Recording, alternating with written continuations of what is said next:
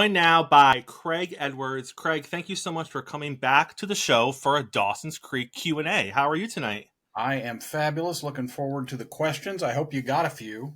I got a few. I certainly have a few. Thank you to all our listeners who submitted questions on Facebook, TikTok. I got 2 emails about it, and I got a bunch on Instagram. So I apologize in advance. We had over 100 questions submitted. I tried to take the ones that seem most common, and there was a couple of interesting ones that I threw in there as well. If you didn't get your question picked, please don't be discouraged. Submit a question for our next Q&A. I tried to get to as many as I could. So let's jump right into it, Craig. Question number 1. Early in the show, were any of the characters purposefully styled after a certain Hollywood look, film, or actor? I don't think anybody specific. I know that they had deals with American Eagle and Abercrombie and Fitch. That's it. And J. Crew. There were 3 or 4 deals where the clothing was chosen by our wardrobe designer, Alonzo Wilson, from a set of clothing that the manufacturer had made. But to say that they wanted them to be like archetypes of 90210 people or some show that had come prior to that, no, not that I'm aware of. There was never any discussion along those lines. Were any of the accessories that the cast members wore on screen their own, or was it mostly all wardrobe and costume? Mostly all wardrobe and costume, except for James's locket necklace thing. That whatever that thing was that he wore, that was something personal to him, and I could have tried to remember better what that was.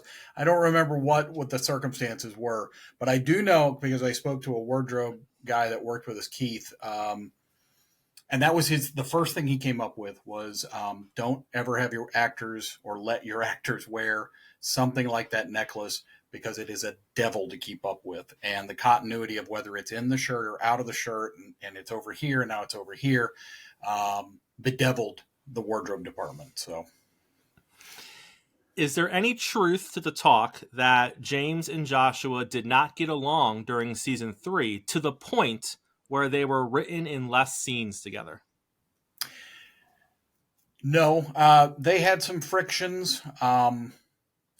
Working together 70 hours a week, those kinds of things happen. You can't spend that much time with people and not have irritations come up and things along those lines. Were they fist fighting over there? No, nothing like that. They were never less than civil to each other. They were always professional. There was never a time that one of them stalked off set because the other one did or didn't do something. It was nothing like that. The reason those characters diverged, I could see why people would make that assumption based on having heard that there were frictions. But the characters diverged because of the triangle with Joey. And Dawson didn't want to spend as much time with Pacey, and Pacey felt guilty and didn't want to spend as much time with Dawson. And it took, was it the prank episode that they finally started hanging out together again and kind of had a chat about it, and they had them address that they hadn't been together for a while, and then they carried on fairly normally from then, if my memory serves. How do you feel about the theory that Dawson and Joey are soulmates, but not all soulmates need to end up romantically together? I think it's a sad ending. And I think it's telling that Kevin Williamson comes back to write the finale and lets Joey and Pacey end up together, but has the speech about soulmates and maybe not ending up together. But if I'm not mistaken, Dawson's alone at the end of that. That's, and I don't want them to do the Ducky thing that they did in Pretty in Pink, where Ducky doesn't get the girl, and then there's that blonde over there, and she's suddenly super interested in you, Ducky, because that would have been cheesy. Pretty in Pink kind of got away with it, but you just can't pull that with, especially not with somebody you just spent 6 seasons and nearly 100 episodes watching. Nobody would have been satisfied if there had just suddenly been, he's suddenly married to somebody or whatever. And meeting somebody in the tail end of the episode of the finale, that wasn't going to work either. Oh, look at the sparks in their eyes. They're going to be together forever. Well, no. So, yeah, I think it's a sad thing because if you don't end up with your soulmate, who do you end up with?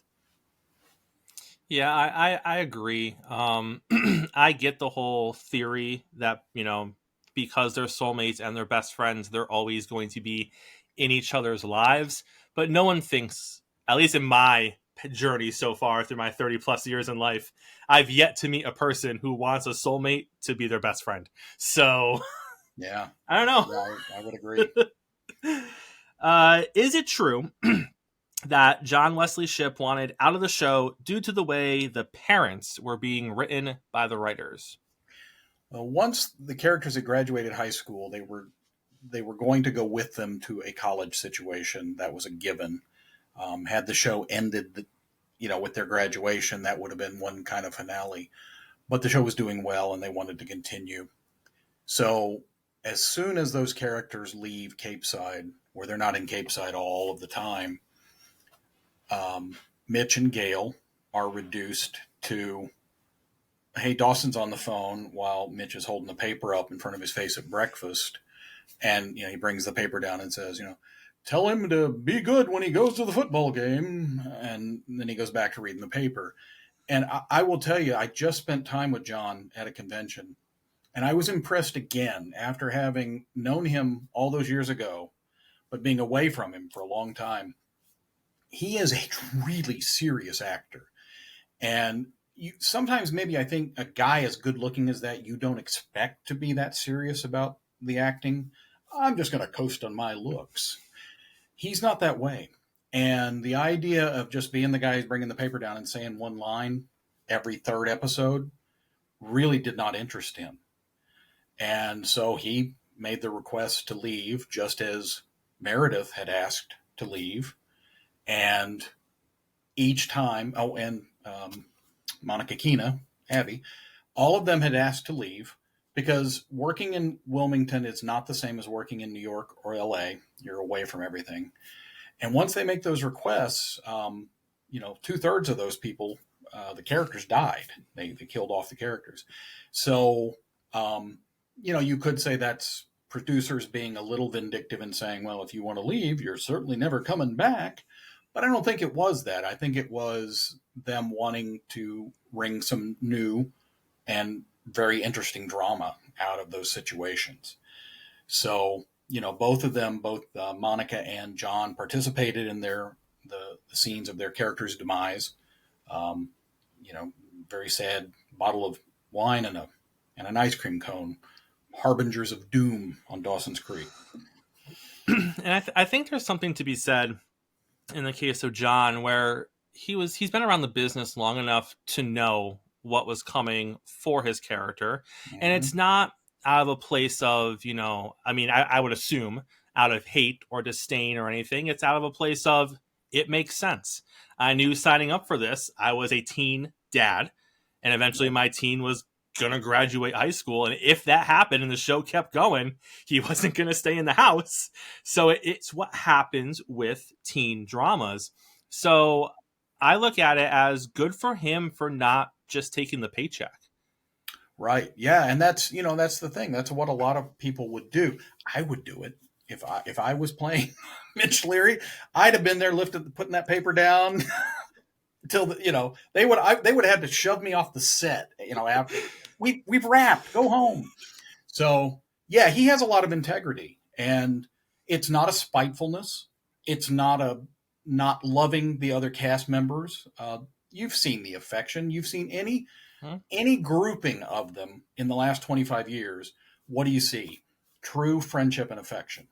Yep. So, this is not, you hear any number of people say it was like a family, but it was. Right. We really did bond over the 4 seasons that I was there, and I assume they continued.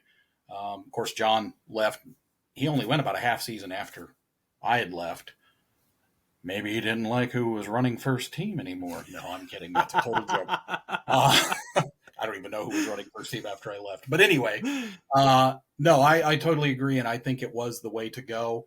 It gave everybody something else to play with. It gave Mary Margaret the grief. It gave James some big grieving scenes. So I think it was perfectly valid choice. And I'm with you. Thumbs up for making the brave decision to step away. Was there one cast member that broke more often than others during scenes, or was there one cast member who would cause others to break more often? As a matter of fact, breaking most often Miss Katie Holmes, because she was so easily embarrassed. Somebody whips out a whoopee cushion and, makes a rude sound. She's gone. That was just not, Katie just didn't bring that kind of world weariness to the thing.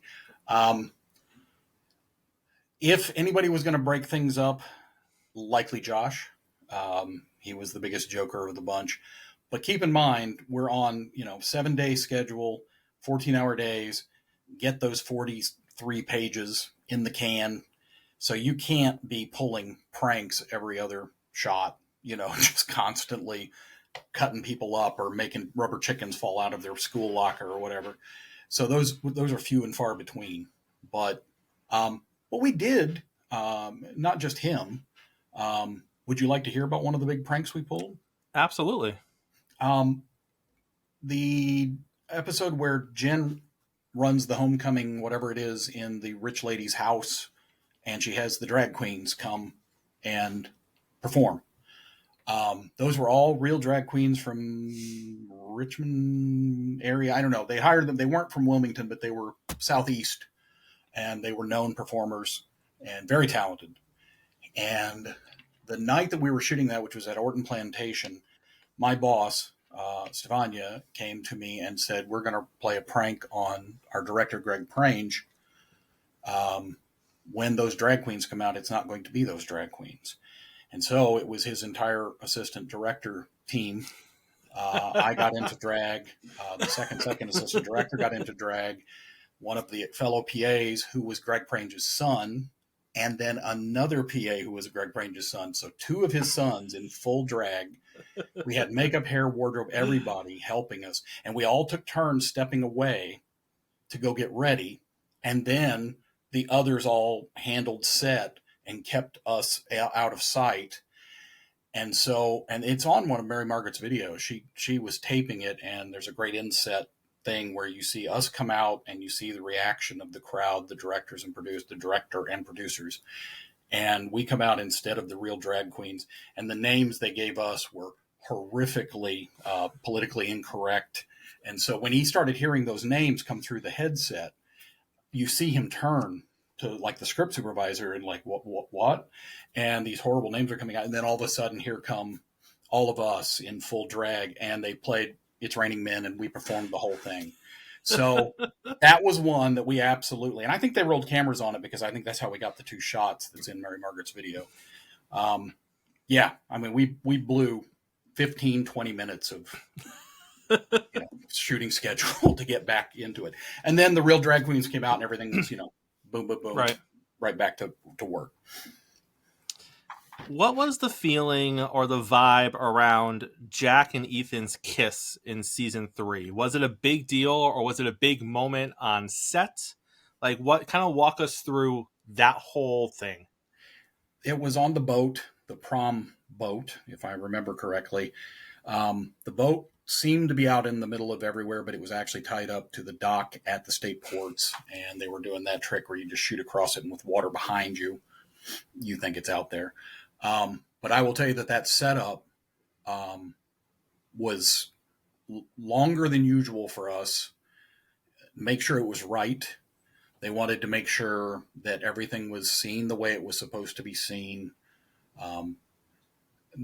I've heard somebody from the writing staff saying they influenced the direction. I don't know if that's true.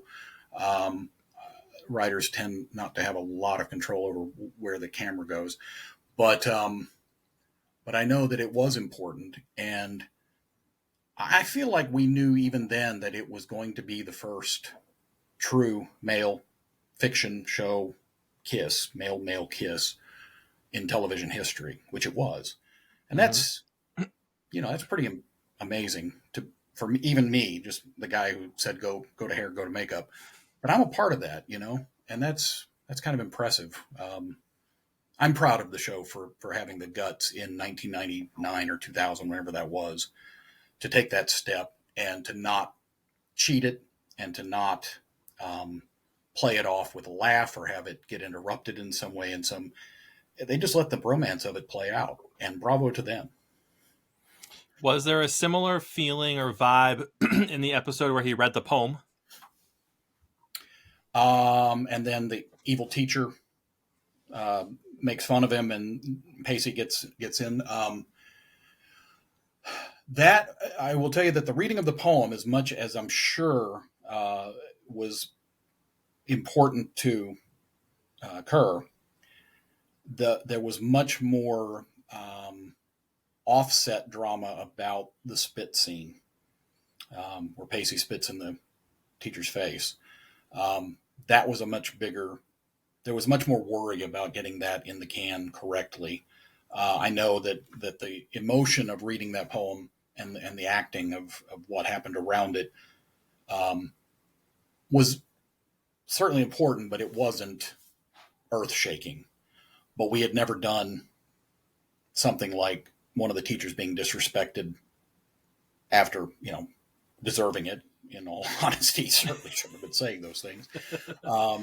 But yeah, that was a big thing. And then all of the various angles and all of that.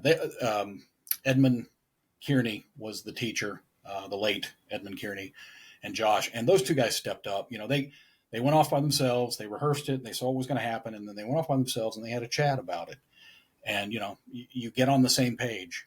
This is what needs to happen. Here's what I need to do. Can you react this way? And make sure that nobody's going to get upset. And they did it. And then they did it until it was done.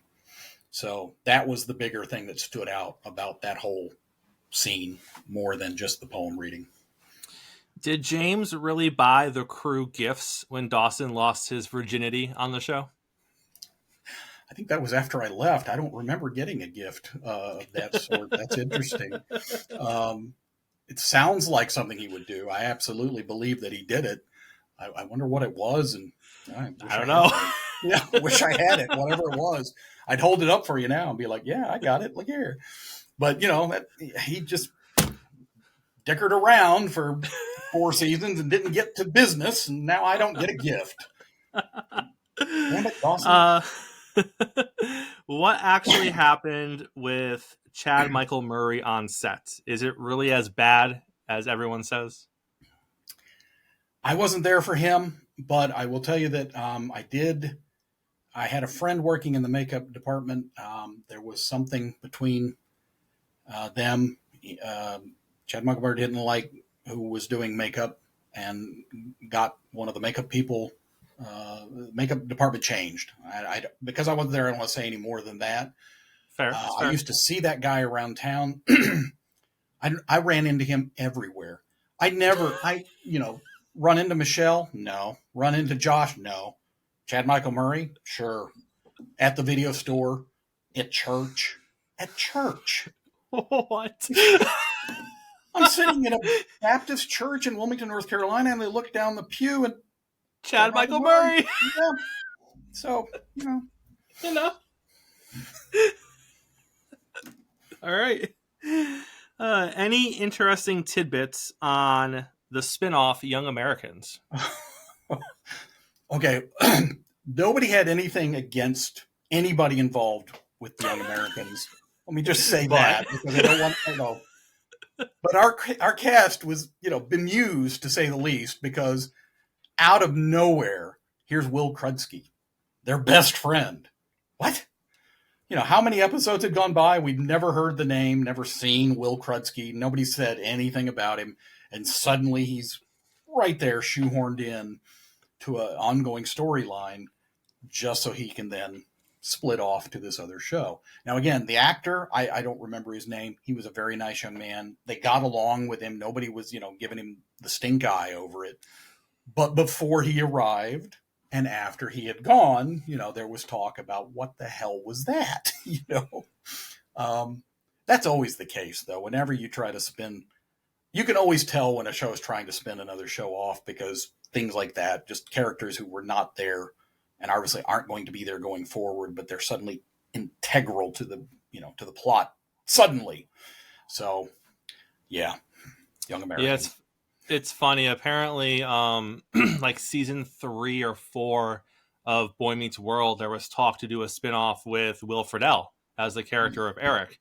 So there was like a random 3 or 4 episode arc where Eric's character like started to change a little bit, because they were prepping this idea that they were preparing to spin him off, and then it didn't become a thing, and he just it was all dropped. Well, that's right back to where he was. Because, they took the Ropers away from Three's Company, and then Mr. Furley stayed for the rest of the show, the new landlord. And the Ropers spun off to another show, but it failed after a season. Well, they couldn't come back because the other guy had the job, so they were out of work.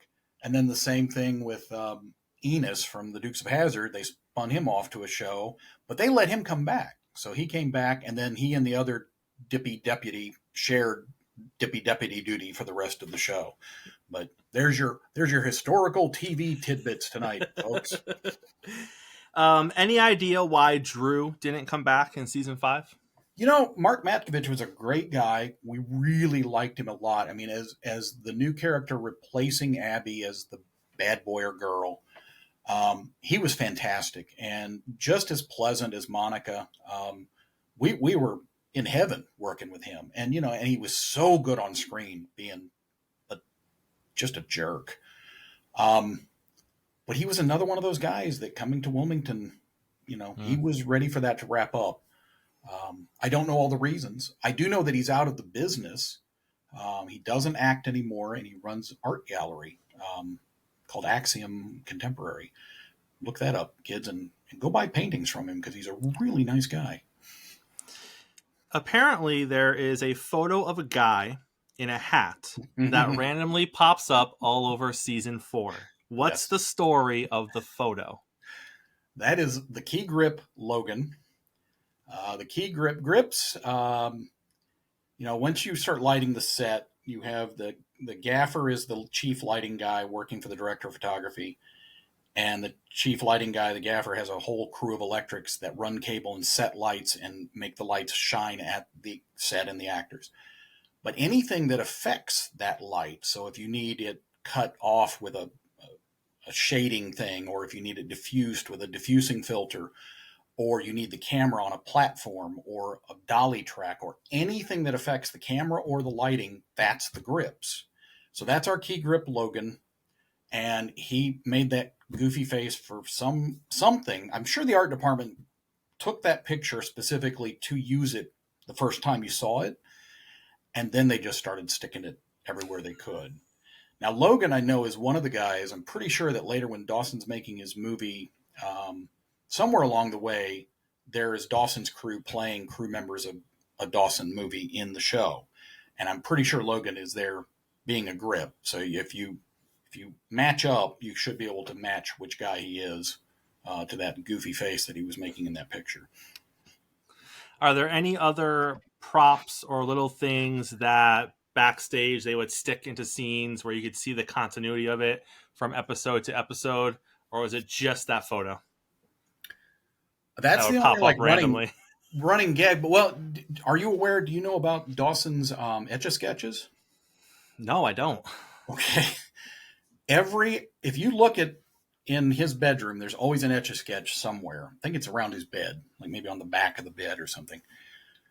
One of our art guys, Nathan, could do Etch A Sketches. I can barely make a straight line on an Etch A Sketch, and he could reproduce artwork like Whistler's Mother or American Gothic or Marie Sendak, Where the Wild Things Are, and he would make these pictures that are extraordinary.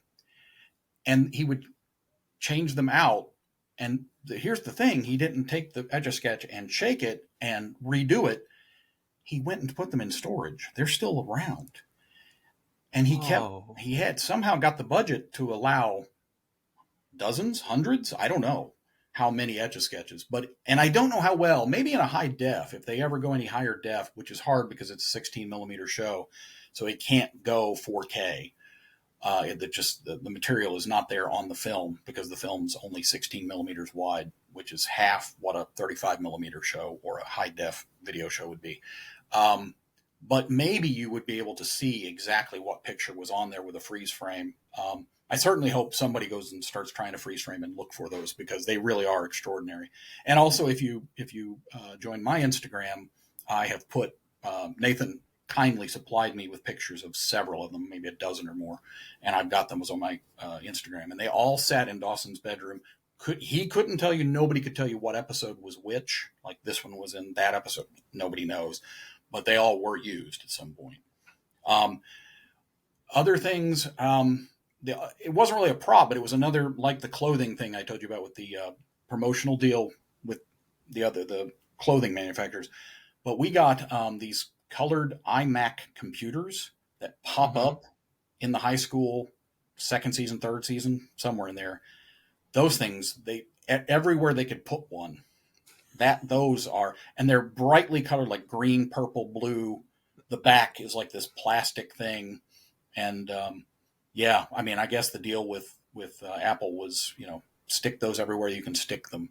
So, they're almost in the cafeteria, like, let me be doing my taxes while I'm eating my corn, because they wanted those things to be seen.